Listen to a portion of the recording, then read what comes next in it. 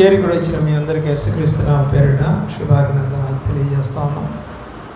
సంఖ్యాకాండము 12వ అధ్యాయము 11వ వచనములో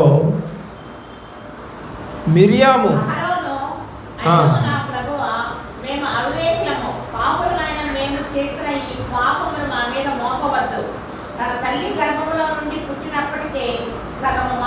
చాలు. ఇక్కడ చెప్తున్నది ఎవరంటే అహరోను మరియు మిరియాములు. మనకి 12 మొదట్లో 1వ వచనంలో వాళ్ళిద్దరూ కూషు దేశస్థురాలని చేసుకున్నాడని మోషే తిరుగుబాటు చేశారు.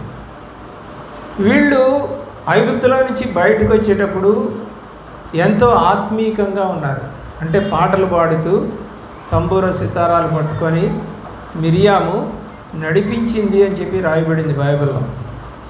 అయితే ప్రియులరా, అంత ఆత్మీయంగా ఉన్నటువంటి మనిషి తన తమ్ముడు అంతగా ఎదిగి దేవుడి మాట చొప్పున 24 లక్షల మంది ప్రజలను ఐగుప్తులో నుండి కనానులోనికి తీసుకెళ్ళటానికి నాయకత్వం వహిస్తే, మరి అంతటి నాయకత్వం వహించినటువంటి మోషే మీద తిరుగుబాటు చేశారు.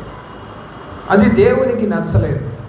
కాబట్టి మనం ఇప్పుడు ఆత్మీయంగానే ఉంటున్నామా, లేక మధ్య మధ్యలో మరి అలాంటివి ఇలాంటివి అని చెప్పుకుంటూ జారిపోతున్నాం?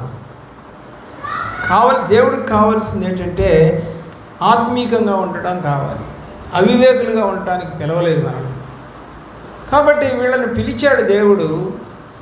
మరి అక్క, ఈ అమ్మాయి మోషేకి మరి చక్కగా దేవుడిలో నడుస్తూనే ఉంది. మొదట్లో సంఖ్యాకాండం అంటే దరిదాపుగా మధ్యాహ్నానికి వచ్చేసారండి. వీళ్ళు మధ్యలోకి వచ్చేసారు. ఐగుప్తు నుండి కనానికి దరిదాపుగా మధ్యలోకి వచ్చినటువంటి సందర్భంలో మరి ఆ సమయంలో వారు ఎదురు తిరగటం అనేది జరిగింది. ఇప్పుడు జరిగింది ఏంటంటే, ఎవరైతే ఎదురు తిరిగారో అప్పుడు ఈ అహరోను మరియు మిరియాములు ముందుగా చనిపోయారు.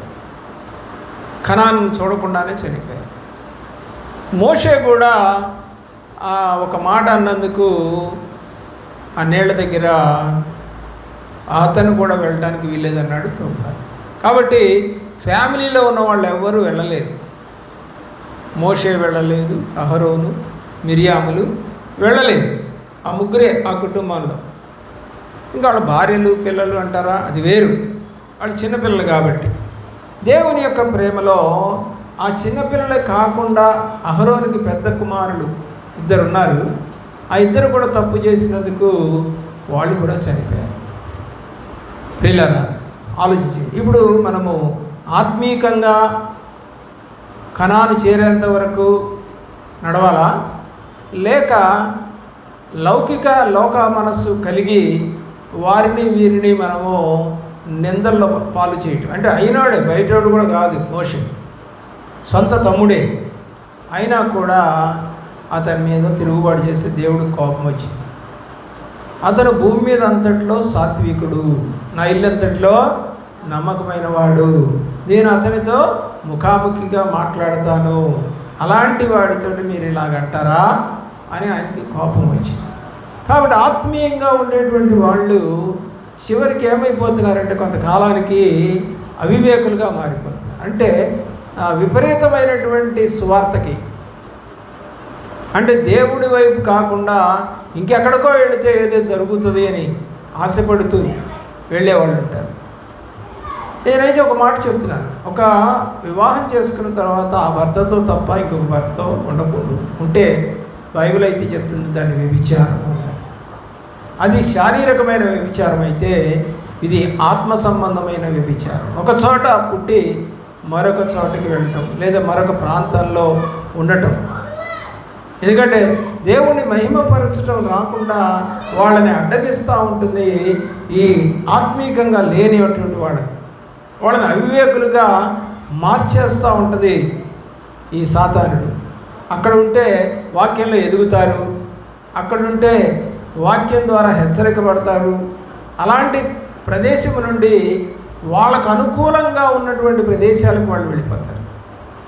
ప్రార్థన అంటే ముందు రారు. ఎందుకంటే వాళ్ళు ఏ టైంకి వచ్చినా కూడా వాళ్ళు ఏదో కాస్త డబ్బులు ఇస్తుంటారు కాబట్టి వాళ్ళని ప్రేమిస్తూ ఉంటారు.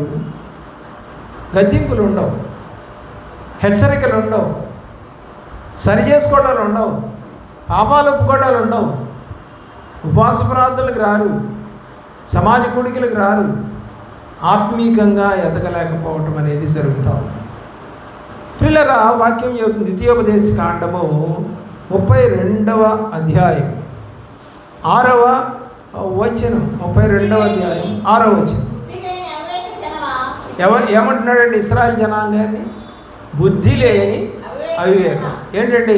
ఆ దేవుడి మాట చొప్పున మోషే నాయకత్వంలో బయటకు వచ్చి ఇక చివరి దశలో ఉన్నారు వీళ్ళు. ఇక్కడ ఇంకా యొర్దాను దాటితే కనాల్లోకి వెళ్ళిపోతారు. మోయాబు మైదానం దగ్గరికి వచ్చేసారు. ఇప్పుడు అరణ్యంలో చనిపోగా పెద్దవాళ్ళు 20 ఏళ్ళు పైబడిన వాళ్ళంతా చనిపోగా ఆ 20 ఏళ్ళు లోపు ఉన్నటువంటి వాళ్ళకి చెబుతున్నటువంటిదే ద్వితీయోపదేశకాండం. ద్వితీయ అంటే రెండవసారి. ఏం జరిగిందో అంతా కూడా మధ్యలో పుట్టిన వాళ్ళకి తెలియదు కాబట్టి ఆ విషయాలన్నీ కూడా తెలియజేస్తూ ఉన్నాడు మోషే. 21వ వచనం కూడా చూడండి. 21.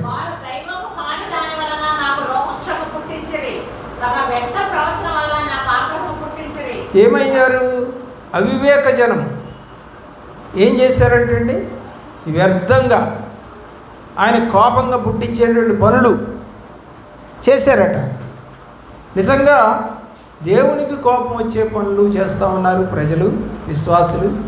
అలాగే సేవకుడికి కూడా కోపం వచ్చే పనులు చేస్తూ ఉన్నారు. దేవుని ప్రేమించాలి.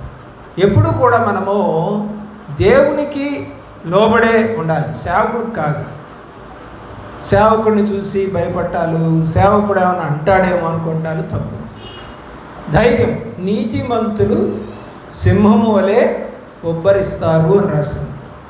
కాబట్టి నీలో నీతి లేదు కాబట్టి నువ్వు సింహములాగా ప్రభు సన్నిధిలో కనపడక దాక్కుంటూ నక్కలాగా ఎక్కడెక్కడో తిరుగుతున్నావు. దాన్ని ఏమన్నాడు దేవుడు? అవివేకమైన ప్రజలు. అవివేకమైన ప్రజలు దేవుడే చెప్తా అన్నాడు. కాబట్టి ఇశ్రాయేల్ అందరినీ అంటున్నాడు ఆ మాట. ఓ అవివేకులైనటువంటి. గలతీ పత్రిక 3వ అధ్యాయంలో కూడా, అంటే నూతన నిబంధనలోనికి వెళ్ళిన తర్వాత ప్రభువారు సువార్త ప్రకటిస్తూ మరి ఆయనకి ఇష్టమైనటువంటి కుమారులుగా మరి పౌలును కూడా ఎన్నుకున్నాడు. ఆ పౌలు ద్వారా చెప్తున్నటువంటి పత్రికే ఇది. చూసారా? ఓ అవివేకులైన గలతీయులారా, మిమ్మల్ని ఎవడు ప్రలోభ పెడతా ఉన్నాడు అంటే, ప్రలోభం అంటే తెలుసా మీకు? అక్కడేముంది, అక్కడేం చెబుతారు? ఎప్పుడు తిట్లే కదా, ఎప్పుడు అరుపులే కదా, ఎప్పుడు మనల్ని అంటమే కదా, ఇలాంటివి. ఇక్కడైతే చూడు, అసలు మేము గురించి పట్టించుకోరు, మిమ్మల్ని అడగరు, వాక్యం చదివారా లేదని అడగరు, పాట పాడారా లేదని అడగరు, సరిగా ప్రార్థన చేస్తున్నారా లేదని అడగరు, ఏమీ అడగని చోటుకి వెళదాం. హ్యాపీగా మన పనులు, మన పాపాలు మనం చేసుకుంటూ చర్చికి వెళ్ళి ₹1 సేవకుడికి ఇచ్చేసేసి కానుకగా వందనాలు చెప్పుకొని సేవకుడి దగ్గర ప్రార్థన చేయించుకున్నాం. డబ్బులు ఇస్తే లొంగిపోయే సేవకులు ఎక్కువైపోయారు. సమూయేలు గ్రంథంలో ఒక మాట అంటాడు, లేకపోతే రాజుల గ్రంథంలో మాట అంటాడు. ఏమంటున్నాడంటే, ఆ యొక్క నయమాను వస్త్రాలు, నగలు, వెండి, బంగారాలు తీసుకొచ్చాడు. ఇతను బాగయ్యాడని చెప్పేసి అవన్నీ ఇద్దామని తీసుకొచ్చాడు ఆ యొక్క నయమాను. ప్రియుల, అయితే దేవుడు ఈ యొక్క ఆత్మ కలిగినటువంటి సేవకుడితో వెండి బంగారాలు నాకు యెహోవా నామమున నాకు ఇవి వద్దు అని చెప్పాడు సేవకుడు. అయితే అతని దగ్గర పనిచేసేటువంటి వాడు ఒకడు ఉన్నాడు, గెహజీ. వీడేం చేశాడంటే, కావాలనే ఆశవాడికి, వాడు దేవుడి పరిచర్యకు వచ్చాడు, సేవకుడి దగ్గర ఉంటున్నాడు, సేవకుడికి సహాయం చేస్తూ ఉన్నాడు, కానీ ఈ యొక్క నగలు ఇవన్నీ సేవకుడు వద్దనేసరికి వాడికి ఆశ పుట్టింది. ఆయన వద్దన్నాడుగా, మనం అన్నీ తీసుకోవచ్చు. అలాగే ఇప్పుడు మెయిన్ సేవకుడు డబ్బులు తీసుకోకుండా వెళ్ళిపోతున్నాడు అనుకుందాం, ఎవరన్నా ఇంటికి వెళ్ళి ప్రార్థన చేస్తాం. ఈ అసిస్టెంట్ సేవకులు ఆ డబ్బు తీసుకుంటూ ఉంటారు. అదే పాపం అంటే.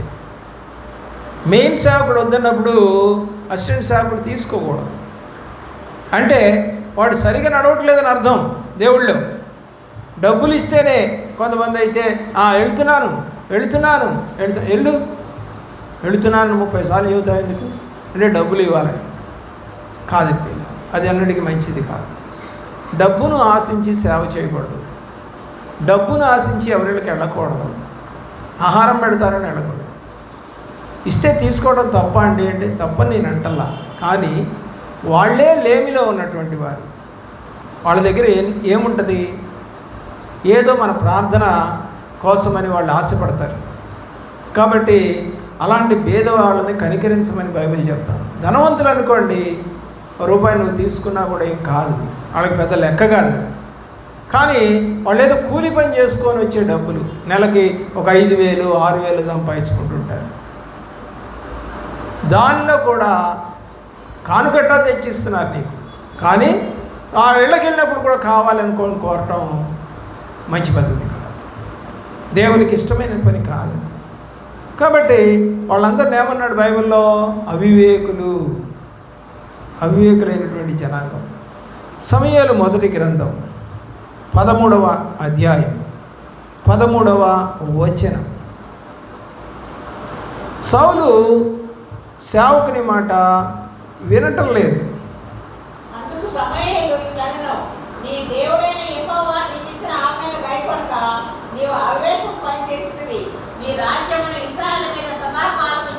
రాజు ఏం పని చేశాడంటే అవివేకం పని చేశాడంటే, సేవకుడి మాట వినకుండా,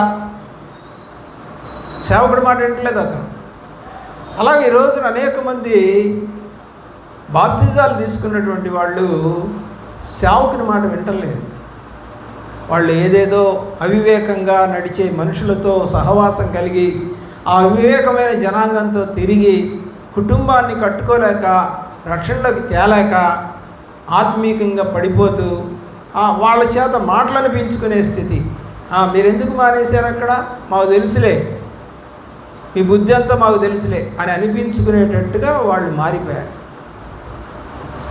ఇతరులు నిన్ను అనటానికి గల కారణం ఏంటంటే నువ్వు అవివేకముగా ప్రవర్తించావు. రాజుని సేవకుడైనటువంటి సమూయేలు అనటానికి కారణం ఏంటంటే అతను ఎలా ప్రవర్తించాడంట? అవివేకముగా. చదవండి.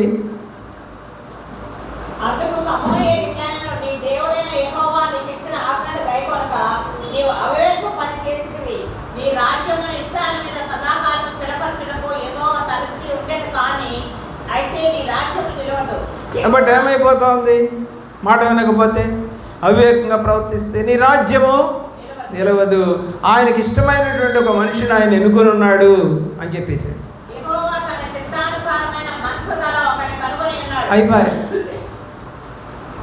అయిపోయింది. మాట వినలేదు కదా.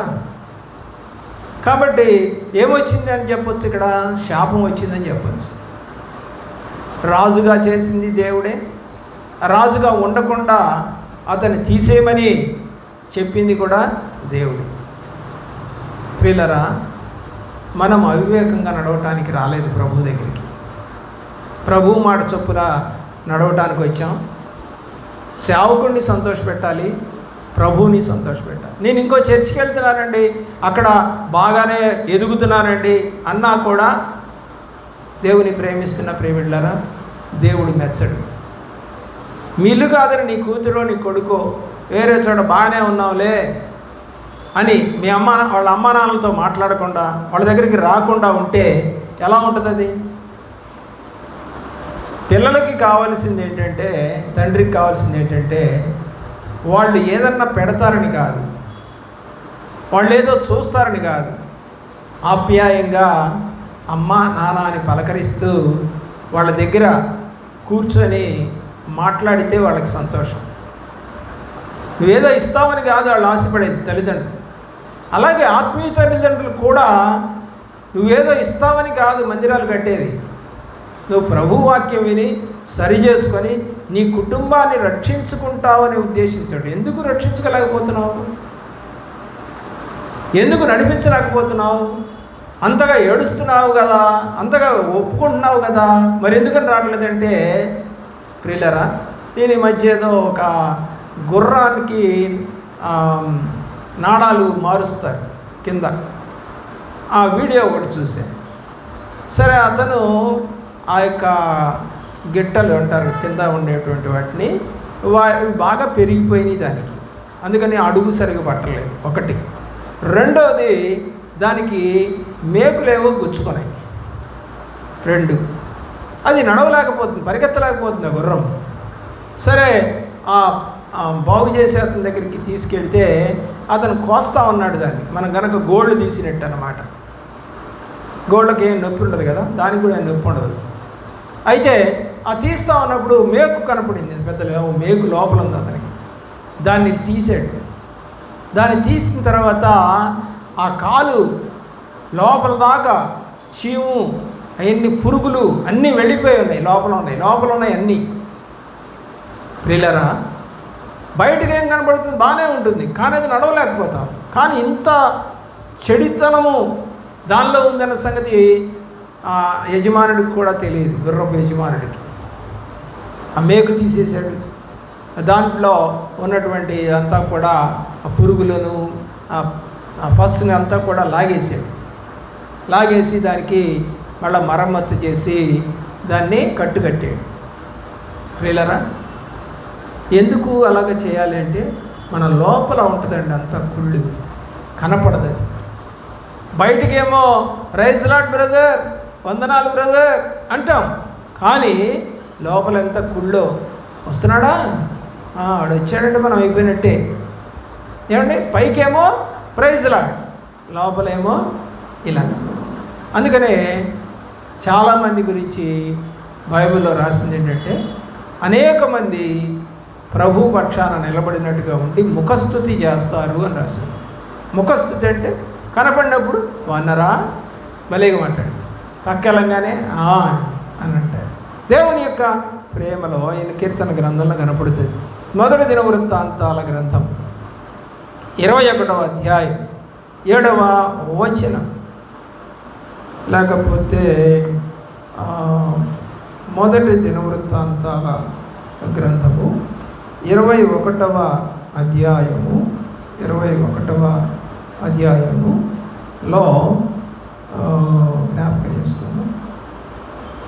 అది చదవండి, 8వ వచనం చదవండి. దావీదు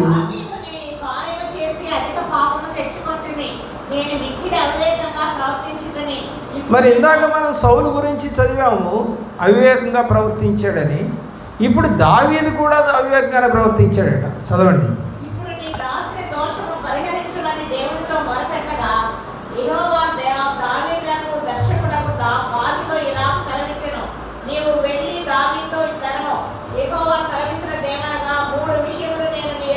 సరే, ఇక్కడ జరిగిన సందర్భం నేను చెప్తాను. లెక్క తీశాడు, ఇశ్రాయేలీలలో జనసంఖ్య తీశాడు, ఎంతమంది యుద్ధం చేయగలిగిన వాళ్ళు ఉన్నారు, ప్రజలు ఎంతమంది ఉన్నారు అని ఒక లెక్క తీశాడు. ప్రజాసంఖ్య మన ఇష్టం వచ్చినట్టుగా తీయకూడదు, దేవుడు చెప్పకుండా. కాబట్టి దేవుడికి ఏమొచ్చింది, అప్పటికి యోవాబు అన్నాడు, ఎందుకు రాజా మనకి ఏం తక్కువ అని అంటాడు. అయినా వినడు, తీమై ఆజ్ఞ ఇస్తాడు. సరే, వెళ్ళి మొత్తం చేస్తాడు. చేసిన తర్వాత దేవుడు కోపం వచ్చింది, నేను చెప్పకుండా నీ ఇష్టం వచ్చినట్టు చేస్తావా? కాబట్టి సేవకుడిని పిలిచి పోయి వాడి దగ్గరికి 3 విషయాలు చెప్పు. దేంట్లో అతను ఇష్టపడతాడో దాన్ని బట్టి మనము తీర్పు తీరుద్దాం అతనికి. మొదటిది చూడండి, చదవండి. మొదటిది,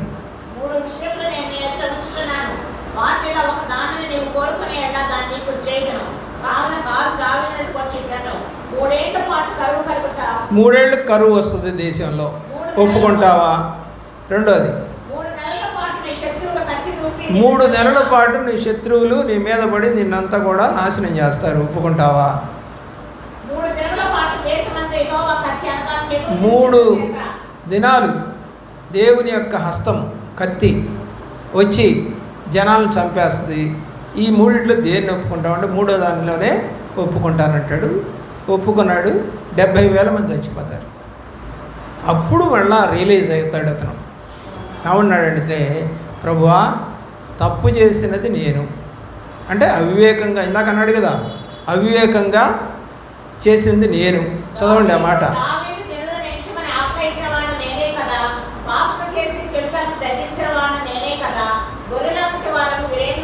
చూసారా, పాపము ఒప్పుకుంటున్నాడు. ఎవరైనా అలాగా విశ్వాసులు, ఎవరైనా సేవకులైనా అవివేకంగా ప్రవర్తించాం మేము, తప్పు మాదే అని వచ్చేవాళ్ళు ఉన్నారా? రారు. కానీ దావీదు ఆ యొక్క సేవకుడు చెప్పగానే ఆ యొక్క రియలైజ్ అవుతూ మరి అంటున్నాడు, పాపము చేసింది నేనే కదా. ఇంత ధైర్యం ఉందండి విశ్వాసులకి ఈ రోజున. నేను పాపం చేశాను, ఈ మందిరం నుంచి వెళ్ళిపోయాను, లేదా పక్కకి వెళ్ళిపోయాను, ఇంకో చోటుకి వెళ్ళిపోయాను, వ్యతిరేకంగా మాట్లాడుతూ ఉన్నాను అనే మాటలు అనగలరా? బైబిల్ ఒకటే మాట చెప్తుంది, మన పాపములను మనము ఒప్పుకున్న ఎడల ఆయన నమ్మదగినవాడు. అంటే ఇప్పుడు ఒప్పుకోకపోతే నువ్వెవరు కాదు, నమ్మదగిన వాడు కాదు దేవుడు నీకు అని బైబిల్ చెప్తా. కాబట్టి మన పాపములను మనం ఒప్పుకుంటేనే ఆయన నమ్మకమైన వాడుగా ఉంటాడు. 24వ అధ్యాయం 2 సమూయేలు గ్రంథం 24వ అధ్యాయం 10వ వచనం. ఇశ్రాయేలీయులను లెక్కించడం తప్పు అని చెప్తుంది వాక్యం.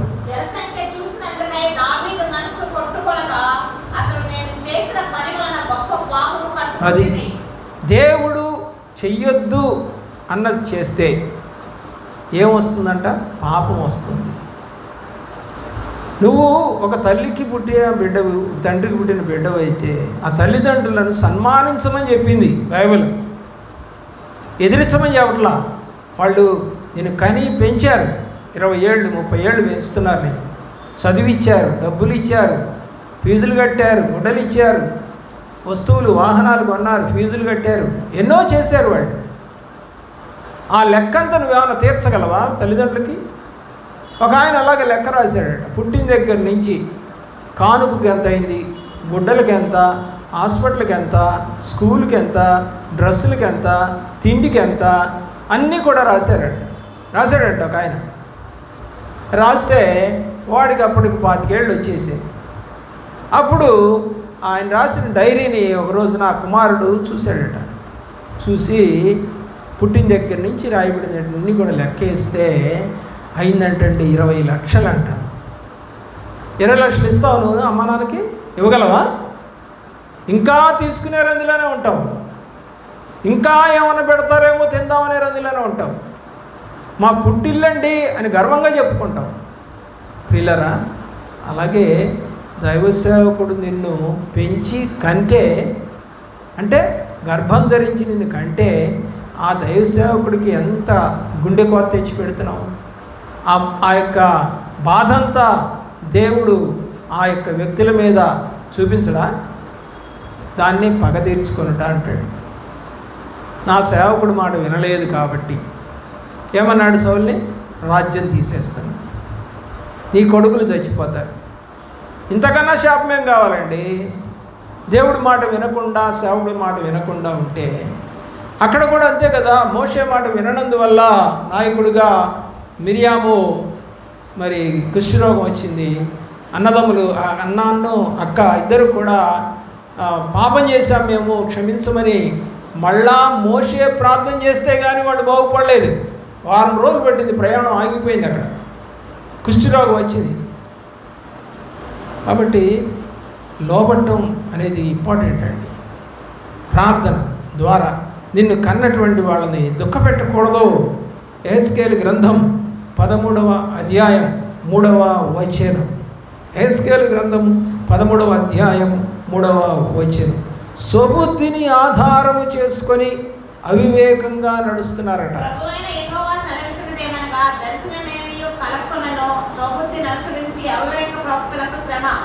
ఏంటంటే అది స్వబుద్ధిని అనుసరించి అవివేకంగా ప్రవర్తించు వారికి శ్రమ అన్నాడు. స్వబుద్ధి అది, ఇక్కడి నుంచి వెళ్ళిపోదాం, ఇంకో చోటుకి వెళదాం, ఇంకో చోట ఉందాం, ఇక్కడ రాకూడదు ఇక్కడికి అనుకో నిర్ణయం తీసుకున్నావే, అది నీ బుద్ధి, దాన్నే స్వబుద్ధి. దాన్ని ఆధారం చేసుకున్నటువంటి ప్రవర్తిస్తున్నటువంటి ఏమండి లెక్క లేకుండా తిరుగుతున్నటువంటి వారు, స్వబుద్ధిని ఆధారం చేసుకొని అవివేకంగా నడిచేవారు ఎక్కువైపోయారండి. ఇప్పుడు కొట్టినా తిట్టినా అరిచినా కేకేసిన ఒక భర్తను గురించి ఇంకొక అమ్మాయి ఆ భార్యతో, అంటే ఆ భర్త భార్యతో ఫోన్ చేసి, అంటే వాళ్ళిద్దరు ఫ్రెండ్సే, మాట్లాడిందంట. నీ భర్త ఇలాగా అంట కదా, కొడుతున్నాడంట కదా, తిడుతున్నాడంట కదా, నిన్ను బాగా హెరాస్ చేస్తున్నాడంట కదా అంటే ఆ పిల్ల ఒక మాట అందండి, నా భర్త నన్ను కొడతాడు, నన్ను తిడతాడు, నన్ను అంటాడు, కానీ అతను నా భర్త, నేను అతన్ని విడిచిపెట్టను, అతడు నన్ను విడిచిపెట్టడు. అనుకుంటాం ఎన్నో, అంత మాత్రాన విడిపోతామా? నువ్వు చెబితే విడిపోతానా అని అనేసరికి అమ్మ నీ ఇష్టం అమ్మ అని చెప్పేసి పెట్టేసింది. ఆలోచించేయండి. సంఘం అన్నా, అలాగే కుటుంబం అన్నా, సమాజంలో ఉన్నా మనకి ఇలాంటివి జరగవా? ఉద్యోగంలో కూడా కొంతమంది ఆఫీసర్లు మంచిగా ఉంటారు, కొంతమంది ఆఫీసర్లు మంచిగా ఉండరు, కోపాలు ఎక్కువ ఉంటాయి కొంతమందికి ఏంటంటే పై వాళ్ళ ఒత్తిడి వల్ల మరి కింద వాళ్ళని ఇబ్బంది పెడతా ఉంటారు. అది యాజ్ ఏ హెచ్ఎంగా నాకు కూడా తెలుసు. మా టీచర్లు సరిగ్గా పని చేయకపోతే నేను కొంచెం కఠినంగానే మాట్లాడతాను. అప్పుడు వాళ్ళకి బాధ అనిపించవచ్చు, కానీ ఉద్యోగాన్ని వదిలిపెట్టేం బోరుగా, స్కూల్ వదిలిపెట్టేం బోరుగా. ఏమండి, తాము పనిచేసినంత కాలం ఒక అధికారి కింద నువ్వు పనిచేయాల్సిందేగా. హెచ్ఎంకి పైన ఎంఈఓ ఉంటాడు, ఎంఈఓకి పైన జిల్లా విద్యాశాఖ అధికారి ఉంటారు. ప్రియులారా, వాళ్ళకి పైన మళ్ళా విద్యాశాఖ మంత్రులు ఉంటారు. ఒక్కొక్క స్టెప్పు పెరుగుతూ ఉంటుంది. ప్రతి ఒక్కళ్ళకి మనం లోబడాల్సిందే. కాబట్టి ఎక్కడ ఉండేటువంటి అధికారి అక్కడ తన కింద వాళ్ళతోటి పని చేయిస్తూ ఉంటారు. దాన్ని విరుద్ధంగా మాట్లాడుకున్నా నువ్వు తప్పదు, ఉద్యోగం పోలేవు. అలాగే సేవలో కూడా అదే సంఘంలో ఉండాలి. అరిచినా, పిచ్చినా, గద్దించిన బైబిల్ అంటాడు, గద్దింపు నీకు అసహ్యం కదా, దిద్దుబాటు నీకు అసహ్యం కదా అంటాడు. ప్రకటన గ్రంథంలో అసలు ఎవరిని గద్దిస్తారో కూడా రాశాడు 3వ అధ్యాయంలో. ఎవరిని గద్దిస్తాడంట? తాను ఎవరినైతే ఎక్కువగా ప్రేమిస్తాడో వాళ్ళనే గద్దిస్తాడు. ఎందుకంట? సరి చేసుకోమని. దేవుని యొక్క ప్రేమలో జ్ఞాపకం చేసుకోండి. ఇర్మీయా గ్రంథం 4వ అధ్యాయం 22వ వచనం. 4వ అధ్యాయం 22వ వచనం.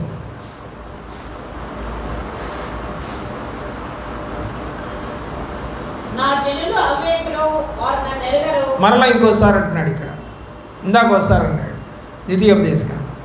ఇక్కడ అంటున్నాడు మళ్ళీ దేవుడు, నా ప్రజలు అవివేకులు, నన్ను ఎరగరంట. అసలు దేవుడు చెప్పేస్తున్నాడు, నన్ను ఎరగరాడు అంటే వాక్యము తెలియదు అని అర్థం. దేవుడిని ఎరగటం అంటే వాక్యం. కొంతమందిని మనుషులను చూసి వాళ్ళ క్యారెక్టర్ని అంచనా వేస్తారు, తప్పు. కొంచెం బికారులాగా, కొంచెం తిక్కలలాగా కొంతమంది కనపడతారు, కానీ ఎంతో తెలియగలిగిన వారుగా ఉంటారండి. కానీ ఎంత వెటకారంగా మాట్లాడుతుందో సమాజం. కానీ దేవుడు అంటున్నాడు, నా ప్రజలు అవివేకులు, నా జనులు అవివేకులు. దేవుడు ఎంతో బాధపడుతున్నాడు. చదవండి 22వ వచనమే. తెలివి లేదు. మూడులు అంటే వాళ్ళు అనుకున్నదే చేస్తారు, కీడు కూడా చేస్తారు, మేలు చేయరు. వాళ్ళకు బుద్ధి లేదు అని దేవుడు మాట్లాడతాడు. అలాగే 10వ అధ్యాయం 8వ వచనం కూడా చూడండి. 10వ అధ్యాయము 8వ వచనం, ఇర్మియా గ్రంథం. ఇంకా బాధగా ఒక కఠినమైన మాట అది. పశువులాగా ప్రవర్తిస్తున్నారా మీరు అన్న మాట ప్రభువారు అన్నారు. అవివేకులు దేన్ని పూజ చేస్తున్నారు? ఒక ఆమె ప్రార్థన చేయమని ఒక నగ తీసుకొచ్చింది దగ్గరికి. తీసుకొచ్చి ఆ నగలో ఏదో యేసు ప్రభు బొమ్మంట పెట్టి, అయ్యగారు యేసు ప్రభు లాకెట్ లాగా యేసు ప్రభు బొమ్మ పెట్టి చేయించుకున్నాను అయ్యగారు, ఎప్పుడు నా గుండెల మీద ఉంటాడని యేసు ప్రభు అని. ఎవరు చెప్పారు నీకు ఇది? అన్యులు చేసినట్టుగా చేస్తున్నావేంటి? దేవుడు ఏ రూపాన్ని చేసుకోకూడదని రాశాడా? రాసినప్పుడు నువ్వు ఎందుకు చేసుకున్నావు? మళ్ళీ దాన్ని ప్రేమిస్తున్నావు, తప్పు కదా? అది దేవుడని కళ్ళకద్దుకుంటున్నావు, తప్పు కదా? చివరికి పాస్టర్ గారి దగ్గరికి వచ్చి ప్రార్థన చేయమంటున్నావు, తప్పు కదా? నో, నేనైతే చేయను అని చెప్పేసి, అదే అయ్య గారు ఆ పాస్టర్ గారు చేస్తారు, ఈ పాస్టర్ గారు చేస్తారు, నువ్వే చేయమంటావు అంటే నేను చేయను. నీ డబ్బులు కాసుపడి నేను సేవ చేయట్లేదు. నువ్వేదో దానికి ప్రార్థన చేస్తే ఒక 500 లేదా 1000 రూపాయలు ఇస్తావని నేను ప్రార్థన చేయలేను, నా వల్ల కాదు అన్న. ఎందుకంటే అప్పుడు నేను కూడా విగ్రహారాధకుడు అయిపోతా. విగ్రహములు వట్టివి, విగ్రహారాధన చేయవారు పాపం చేసినట్లు లెక్క బైబిల్ ప్రకారం. ఏ రూపాన్ని చేసుకోకూడదు. కాబట్టి నా ప్రజలు అవివేకులు. ఏమండి? 23వ అధ్యాయం 13వ అధ్యాయం 13వ వచనం. ఎవరంటారా? ప్రవక్తలంట. ప్రవక్తలు కూడా ఏం చేస్తున్నారు? అవివేకంగా ప్రవర్తిస్తున్నారట. 17వ వచనం.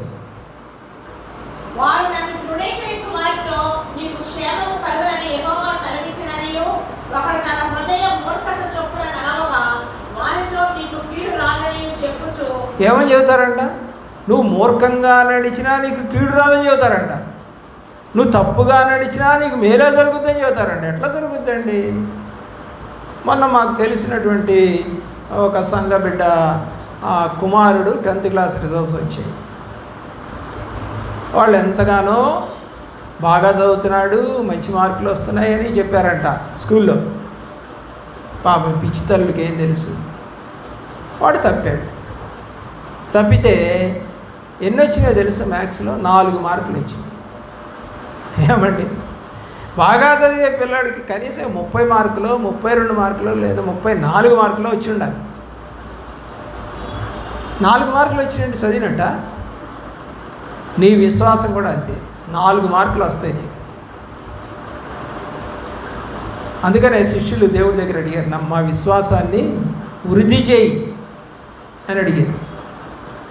నీ విశ్వాసానికి 4 మార్కులు కూడా రావు. ఎందుకంటే నువ్వు సరిగా నడవలేదు కాబట్టి. ఏమండి? వాడు ఒకసారి అన్నాడంట, నన్ను మొదట ఒక స్కూల్లో చేర్చారు, మళ్ళీ ఇక్కడ చేర్చారు, మళ్ళీ ఇంకో చోట చేర్చారు, ఇన్ని స్కూళ్ళు మారితే నాకు మార్కులు ఎట్లా వస్తాయి అన్నాడంట. నువ్వు అన్ని చర్చీలు మారితే నీకు మార్కులు పడతాయా? నువ్వు అనేక మంది సేవకుల దగ్గరికి వెళ్తే మార్కులు పడతాయా? వాళ్ళందరూ నిన్ను దీవించవచ్చు. మళ్ళీ చదవండి అన్నమాట. మళ్ళీ చదవండి 17వ వచనం 23-17. వాళ్ళు తృణీకరించారు. తృణీకరించిన వారితో చెప్తారంటే క్షేమం అవుతుంది మీకు.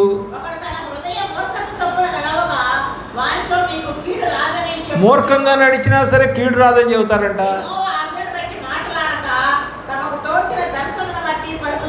ఎలాగంట? దేవుని మాటను బట్టి మాట్లాడక, వాళ్ళ సొంత ఆలోచన. సేవకులు చాలామందిని బాధేస్తూ ఉంటుంది నాకు. ఒక సేవకుడితో నేను రామచంద్రపాలెమో ఊరండి. అతను ఏమని తీసుకెళ్ళాడంటే, సార్ అక్కడంతా మీ కమ్యూనిటీ అని మిమ్మల్ని అడిగారు రమ్మని ప్రార్థన చేయమని అన్నారు. సరే కమ్యూనిటీ పక్కన పెట్టి వాళ్ళంతా రక్షణ పొందారా లేదా అని అడిగితే లేదండి అన్నారు. అట్లయితే రక్షణ పొందేటట్టుగా మనము వారిని సిద్ధపరుద్దామని వెళితే అతను కొన్ని ఇళ్ళు చూపించి నాకు అంటాడు, ఈ ఇంటికి వెళితే బాగా ఇస్తారండి, ఈ ఇంట్లో ఏమి ఇవ్వదండి పెద్దగా, ఆమె గేదెలు ఉన్నా కూడా కాస్త పాలు కూడా పోయేదండి అని చెప్తున్నాడు. ఏమండి మనం ఇప్పుడు గేదె పాలు తాగడానికి, వాళ్ళు ఇచ్చేటువంటి ఏదో పంట తీసుకొని రావడానికి, డబ్బులు తీసుకొని రావడానికి వచ్చామా, లేదా వాళ్ళని ప్రభువులో నిలబెట్టి వాళ్ళని ఏ చర్చికైనా వాళ్ళని రక్షణ పొందేటట్టుగా సువార్త చేయటానికి, ప్రార్థన చేయడానికి వచ్చామా?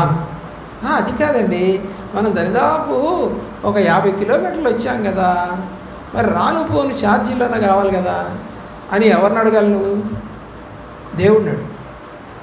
నేను ఈ ఊరు వెళ్తున్నాను ప్రభా, నీకు ఇష్టమా కాదా అని అడుగు. ప్రార్థన లేకుండా వస్తున్నావా? నేనైతే ప్రార్థన చేసుకొని వచ్చాను. ఆ డబ్బులు ఎవరు అనే వాళ్ళ ఇళ్ళకి వెళ్ళి ప్రార్థన చేస్తాను నేను. నువ్వు వెళ్ళి డబ్బులు ఇచ్చే వాళ్ళ ఇళ్ళకి ప్రార్థన చేసుకో, నేను డబ్బులు ఇవ్వని వాళ్ళ దగ్గరికి వెళ్తాను. అతను నా మీద ఎంత గుర్రుగా ఉండి మానేసాడండి నాతో మాట్లాడటం మానేసి. ఎవరు మాట్లాడాలి నాతో? దేవుడు మాట్లాడితే మేలు నాకు. నువ్వు మాట్లాడితే ఎంత, మాట్లాడకపోతే నువ్వు ఇప్పుడు చదివినటువంటి వాక్య ప్రకారంగా 17వ వాక్య ప్రకారం మూర్ఖత కలిగిన మూర్ఖత చొప్పున నడవక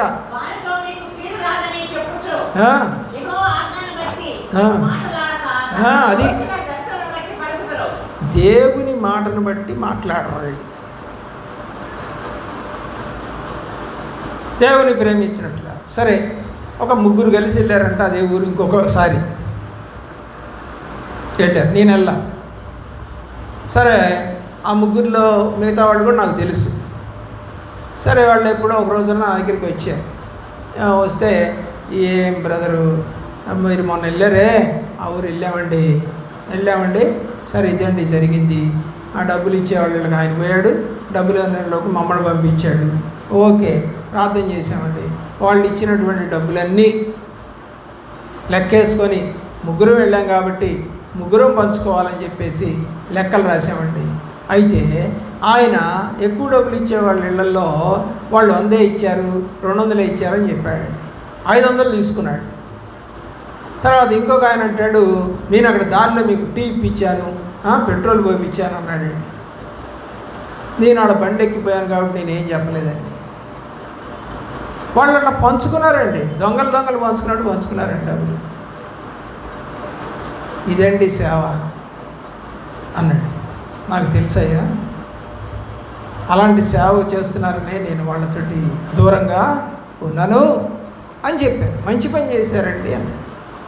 దేవుని ప్రేమిస్తున్న ప్రియ బిడ్డల, మార్క్స్ వార్త చదివి మనం ముగిద్దామండి. 7వ అధ్యాయం 18వ వచనం. 7వ అధ్యాయము 18వ వచనం.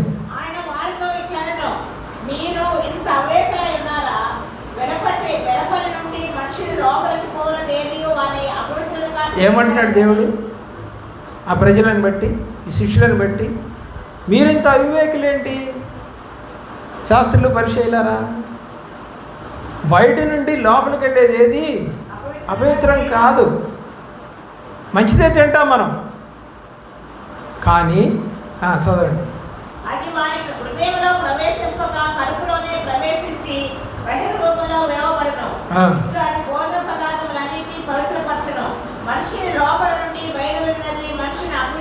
లోపలికి వెళ్ళేది బాగానే ఉందయ్యా తినేది, కానీ లోపల నుంచి వస్తుంది ఆ తిన్న బలంతో మాట్లాడుతున్నావే, అవి బాలే.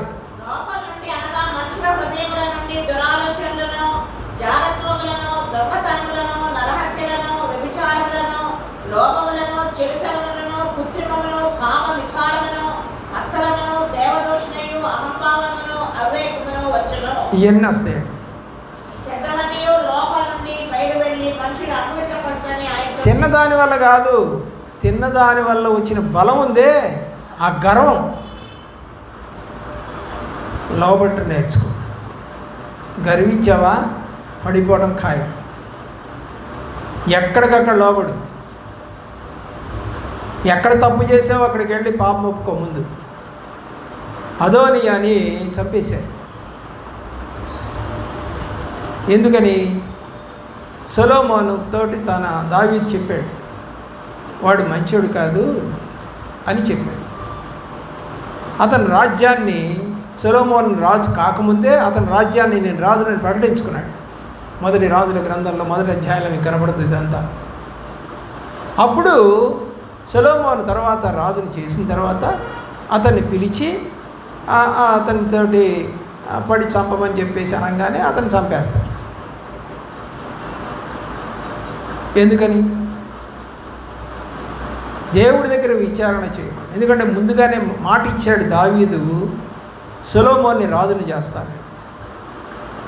ప్రియులారా, తెలిసి కూడా నువ్వు పాపం చేస్తావు అన్నావా?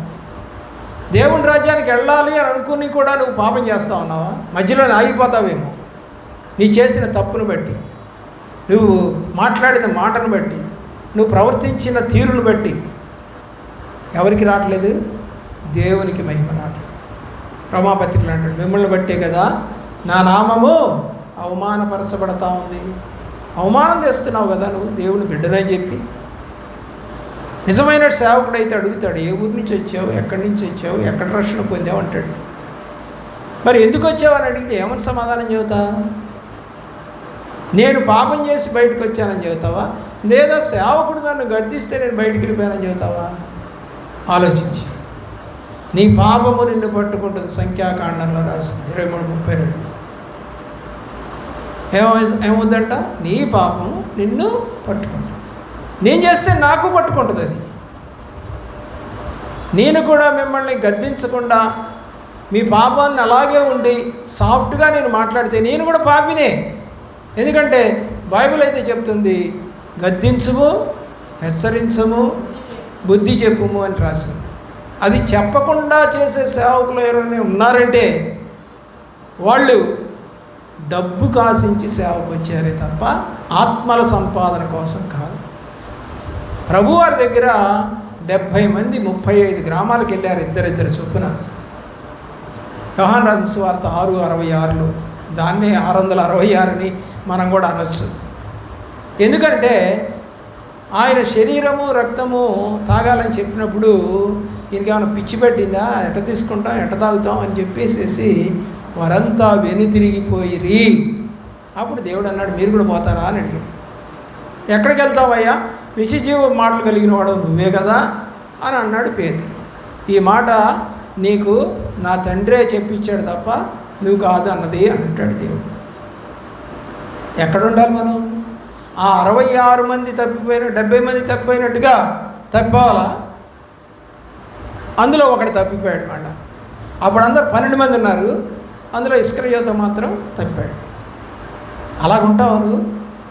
అంటే ఆత్మానుసారంగా ఆత్మీయులుగా దేవుళ్ళు ఎదుగుతావా, అవివేకులుగా ఎదుగుతావా? ఇది మొదటి పార్ట్.